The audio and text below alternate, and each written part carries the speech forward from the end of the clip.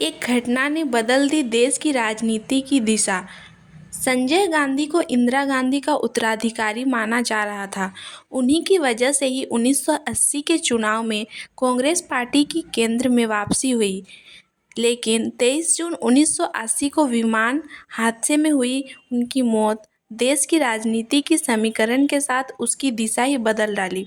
राजनीति में राजीव गांधी की एंट्री हो गई और इतिहास बदल गया।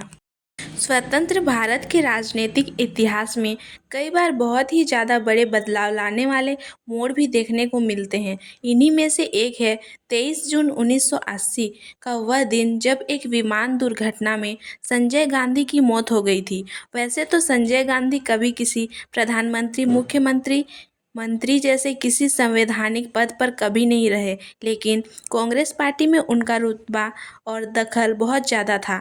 मां इंदिरा गांधी की राजनीतिक विरासत के उत्तराधिकारी माने जाने वाले संजय गांधी की मौत ने पूरे देश को हिला कर रख दिया, जिसके बाद देश की राजनीतिक दशा ही बदल गई थी। इंदिरा गांधी और फिरोज गांधी के दूसरे बेटे के रूप में संजय गांधी का जन्म नई दिल्ली में 14 दिसंबर 1946 को हुआ था। भारत के पूर्व प्रधानमंत्री राजीव गांधी के वे छोटे भाई थे। स्कूल की पढ़ाई के बाद उन्होंने ऑटोमोटिव इंजीनियरिंग को अपना करियर चुना। 1966 में तत्कालीन प्रधानमंत्री लाल बहादुर शास्त्री की मौत के बाद इंदिरा गांधी देश की प्रधानमंत्री बनी और फिर संजय गांधी अपनी इंटर्नशिप बीच में ही छोड़कर देश वापस आ गए।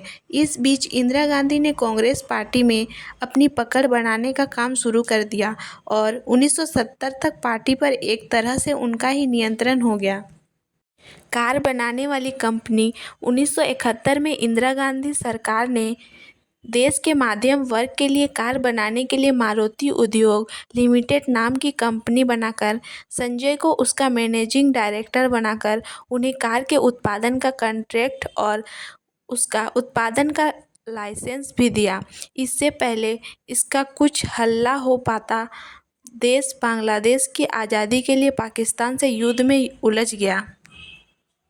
संजय गांधी आपातकाल में राजनीतिक तौर पर सक्रिय हुए और वे इंदिरा गांधी के सलाहकार के तौर पर पहचाने गए।